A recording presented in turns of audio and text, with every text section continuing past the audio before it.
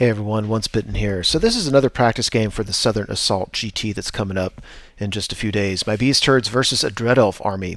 I've played this guy a few times in the past, but I haven't played him recently, and I haven't played against Dread Elves very much, so I was very much looking forward to this. And it turned out to be a really, well, I felt a really interesting and fun game. So overall, the board looked like that. Start on the far right behind this building. He has a unit of raiders. Then in that difficult terrain, he's got some unit of repeater crossbows, some more raiders, and that monster back there is a captain on a manticore.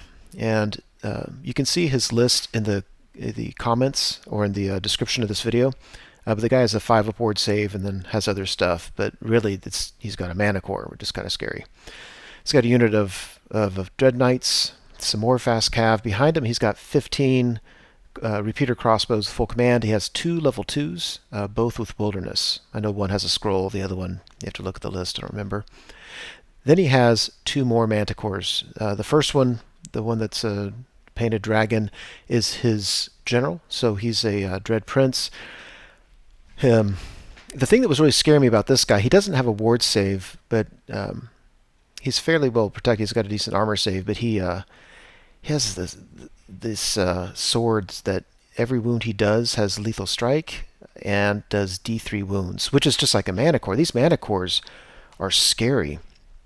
Lethal strike is scary against my... Yeah, it's okay, but D3 wounds scares the heck out of me, and they're pretty high strength, so these things could kill chariots and monsters really, really easily.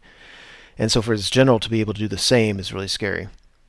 Then on the left, the unpainted model, he's finishing his painting for the tournament, so he's just proxying stuff. That's another manicore. That's his battle standard bearer. He's got a 4 upward.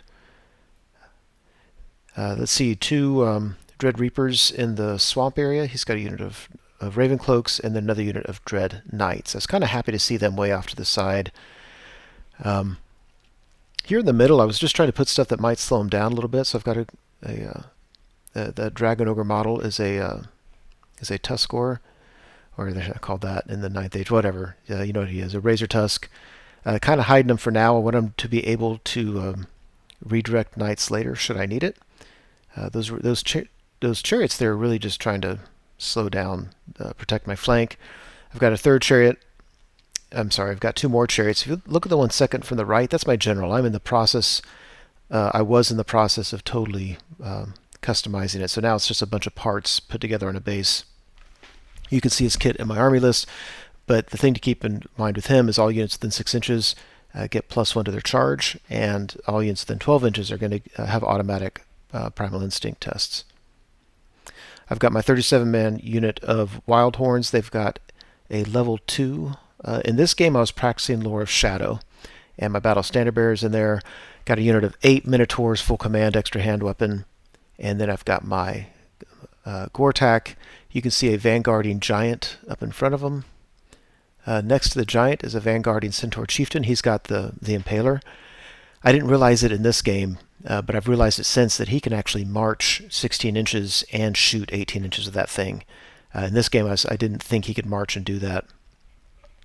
By the way, there's a Jabberwock at the bottom, another vanguarding giant up front, and then some scouting mongrels. So overall, it looks like that. I deployed first, so I got to go first. So I moved up as aggressively as I could in the middle, and then really just wanted to pose threats. The way he had his fast cav set up, I wasn't, I don't know. He wasn't going to charge me with too many things, I didn't think, just because of the distances and stuff.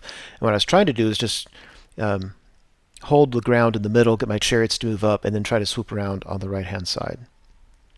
This chariot actually tried to charge his fast cav. I think I needed like a 10.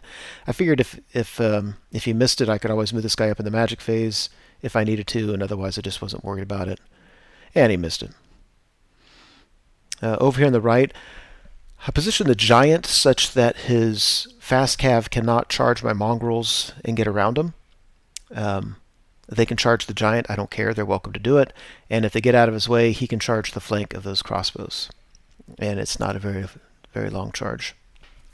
And yet he wasn't providing cover for most of the mongrels we shoot. We kill a couple of those guys. They pass their panic test. And we go to Dread Elves turn 1. So for the most part, he really just kind of shuffles his mana cores around. He has his mana cores kind of in a line. I tried shooting at the nearest one, by the way, and I rolled a 1 to hit, so that was a bummer. It would have been nice to get some wounds on him. Otherwise, he's not doing a whole lot there. On the right-hand side, his fast cav, since I killed one, he could charge around my giant, so he charged these guys. Not ideal, but what you're going to do. In the magic phase, he did not want my Minotaurs charging these Dread Knights. +1 strength and toughness and frenzy. They can pack a hurt. I wasn't sure what I wanted to do right there, to be honest. I mean, they weren't tempting to charge, but in the end I decided that I was going ahead and try to charge them. One thing I thought was, if the Minotaurs charge them and win, then I'll overrun and at least get some impact hits and hopefully be able to charge one of those mana cores. Not sure yet how the rules work with them lined up like that, if I could charge one or if I have to charge both. And if it didn't work for some reason, then he wouldn't be able to charge me, because I'd be blocked by those Dread Knights.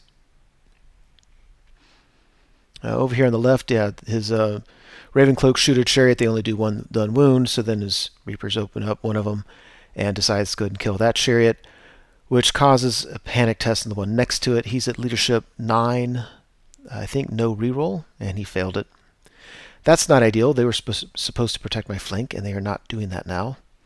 Here on the right-hand side, my Mongrels kill another one of those fast cav, but in the end, yeah, they do what Mongrels do.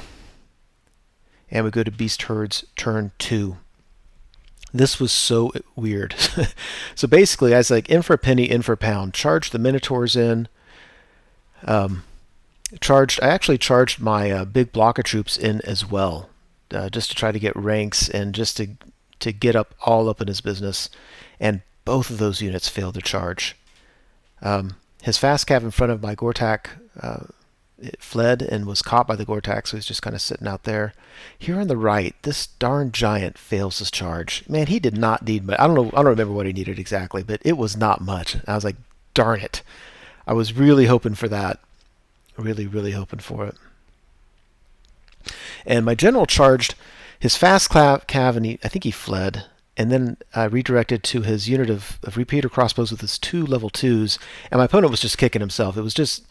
I take all that back. I did not charge his fast cav. I charged around his fast cav.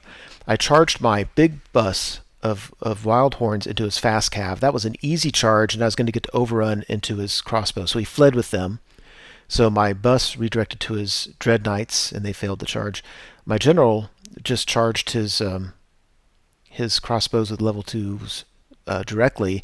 He fled. He needed to roll an 8 to stay on the board. 9 or higher, he goes off the board. And, then he's just hoping to roll high enough towards the 8 that he can get away from my general. Well, I don't know if you noticed it. My general had automatically a +1 to his charge range, and he had a token behind him. He had the movement totem on him, so he was D3 +1 inches extra to his charge range. This guy is charging between 10 and 12 before I roll the dice, and I have Swift Stride. So anyway, he caught that unit and just reformed. My opponent was not happy about his decision-making right there. So we go to Dread Elves turn 2, and this was just awful. I mean, when I failed those charges, I knew I was in trouble. If I'd made the charge, I don't know if I was in trouble or not. I really was going to need to force that speed totem off on the Minotaurs, so they could strike before the Dread Knights. But anyway, it didn't happen. So now the Manticores get a triple charge into the Minotaurs. So when I saw this, I was thinking, I think they're going to wipe out my whole back rank, but I still have a lot of attacks there, so I think I'm going to lose it, probably going to lose the unit, but I think they're going to put a bunch of wounds on these guys. So not ideal, but I think I'll be okay. And then over here, I mean, I'll be lucky if I do a wound to him. He's going to win. I'm going to be steadfast. I think I'll be okay. Let's see. The guys who killed my mongrels, I had turned my Jabberwock around, as you can see, so they just kind of hid behind the hill so I couldn't charge them. And only one of my ambushing units of Feral Hounds came on, and so I put them where they are now, and my opponent just moved his Raven Cloaks back to shoot at them. Yeah, those dogs aren't going to do much. And yeah, they got a couple were killed. They fled off the board. And this picture is showing something really important. Oh no, the other Dread Reaper shot.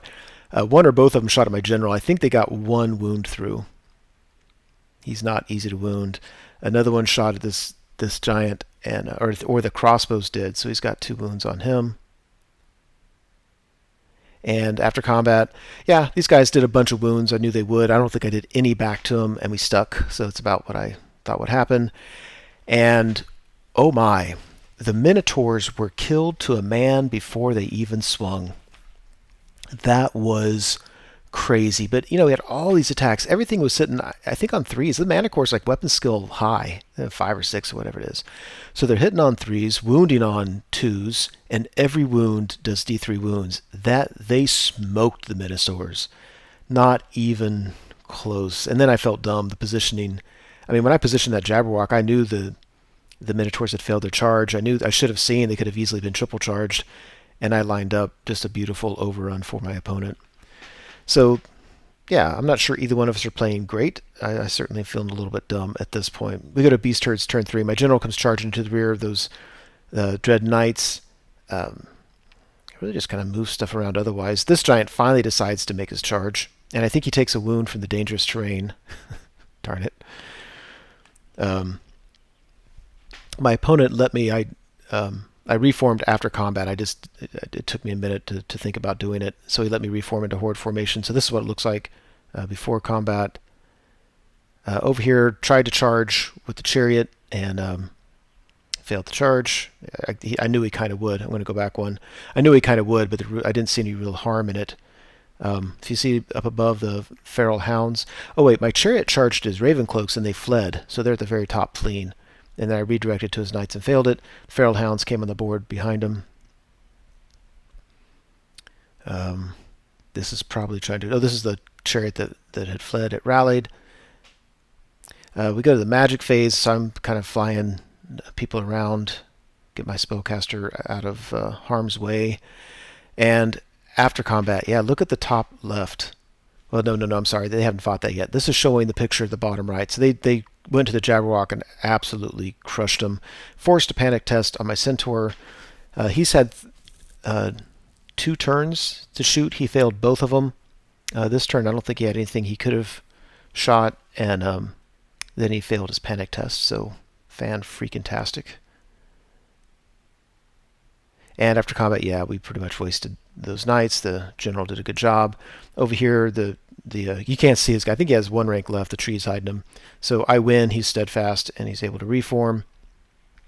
We go to Dread Elves turn 3, and now he's just kind of regrouping because his guys were kind of facing the wrong way. So on the right, on the hill, he's got his general and his 5-up ward save Captain Manticore.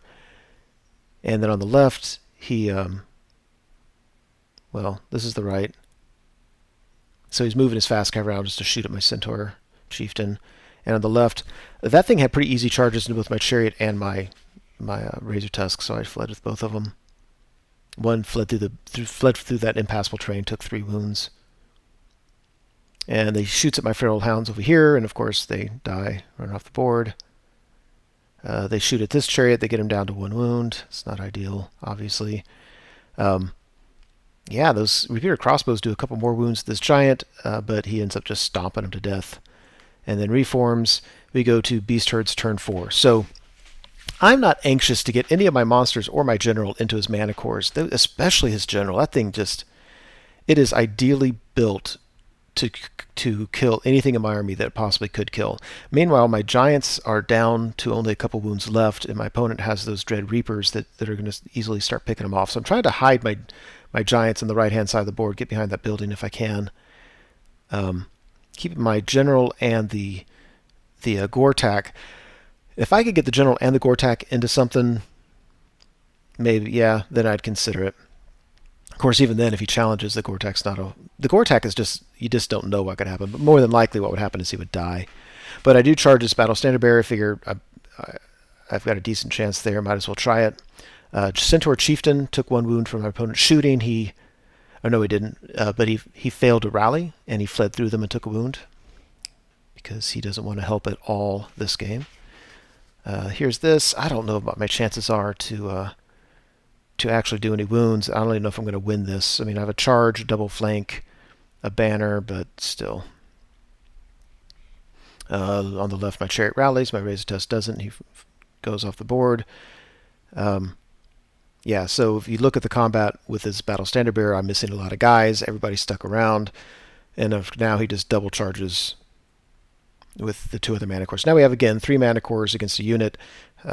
Whenever you get 3 of your units into one of your opponent's units, that's usually a good thing. So his fast cav comes around. They just keep on running in front of my Centaur Chieftain to shoot at him. I'm rooting for him at this point. I'm like, kill him. Kill him. He's done nothing. Fails his panic test, fails to rally. His Knights charge whatever Chariot there was over there, and he fled, and he rolled an 11. Like, dang it. I mean, it was bad position on my part because it wasn't that hard of a charge to make for my opponent. And I just needed to roll a lot lower than 11, but that wasn't bad luck as much as poor positioning on my part. All his shooting is just picking points here and there, so my Chariot dies on the left. Yeah, these guys kill the Centaur Chieftain, so I kind of applauded that effort. We go over here, man, these poor Wildhorns are just getting beat up. I've snuck a couple wounds through, I think, maybe. But yeah, but they held. They were steadfast and held, so that was nice. Go to Beastlord's turn 5. I'm just really at this point trying to conserve points and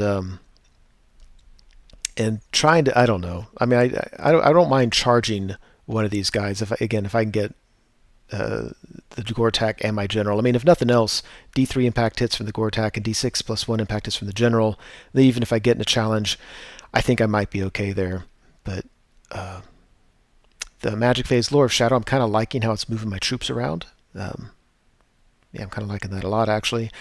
After combat, help me if understand the rules if I played this wrong. But basically, when things were done, we nudged his 3 mana cores apart, so they were 1 inch apart, and then my opponent wanted to reform, and it was just tough to do because I think it says explicitly in the rules you pick 1 unit at a time and you reform it, but he couldn't really reform his general or the mana core on the right because he couldn't get him within 1 inch of his other unit, so he was stuck like that. So if we played that wrong, let me know. I wasn't trying to manipulate the rules or anything, but that is the way I understood it. His BSB turned around. He was in that position already, so he just turned it around, was fine. So we go to Dread Elves turn 5. Again, his general and his general's favorite mana core buddy, the captain, they go sit up at the top, just trying to get in position. His Battle Standard Bearer charges my general. I'm really nervous about this. My general's normally pretty tough. But this thing with Lethal Strike ignores regen, so I'm really in trouble there. And D3 wounds, I'm really in trouble. So my general's going to go first, and I just need to do a lot of wounds and then get lucky and him die, or me not die. Go to the shooting phase, and yeah, his sniper reapers kill my mage. And after combat, haha, the general did it. I was actually surprised by that. But the general, Beastlord, took out the BSB on the mana core. I was very, very happy about it. So then it hits my turn, and I'm like, let's try it. So I reform, and we go to Beastlord's turn 6, and I charge his general. Like, bring it on. I think I'm going to die, but you never know. D6 plus 1, Strength 5 impact hits is, nothing to sneeze at, and you never know. Meanwhile, I charged, I think, a giant or 2 at these guys. They fled, got away. Go to this combat. I've taken 2 wounds. I've got 3 left. I'm nervous. But we go to combat, and he does. I'm like, Beastlord just took out the BSB on the mana core, then the Dread Prince on the mana core. My Beastlord is rocking it. I'm like, yes. Oh, so excited. So excited. My opponent just totally fluffed his rolls. We go to Dread Elves turn 6. His mana core charges my general in retaliation, and this time I don't get so lucky. He gets, the Lethal Strike, ignore your regen, D3 wounds, rolls a 3, and kills my general, and the game ends like that. So I was so into the game, I kind of forgot about like scoring and all that, and I forget what scenario objectives we were playing, if any. I just don't remember. But I know that after we counted it up, it was a minor win, I think 400 points for the Dread Elves. So Yeah, I don't think it was a particularly. I don't think it was a good game. That I don't think I played a good game. My opponent, I think, got off to a bad start with some of his positioning, but then I think his getting multiple charges and his being patient with his guys, I thought he played pretty well, so he deserved the victory. But it was a good practice game for the tournament. It was good to get some practice with this list and make some mistakes now as opposed to this weekend. Anyway, that's it. Thank you so much for watching the video. I truly hope you enjoyed it. As you know, YouTube has a variety of functions you can use to interact with videos such as this. You can like or comment on the video, you can favorite it, you can share it, and of course you can subscribe to the channel. And I encourage you to do any or all of those things as a way of interacting between viewer and producer. As always, I appreciate your patronage on the channel and wish you all the best.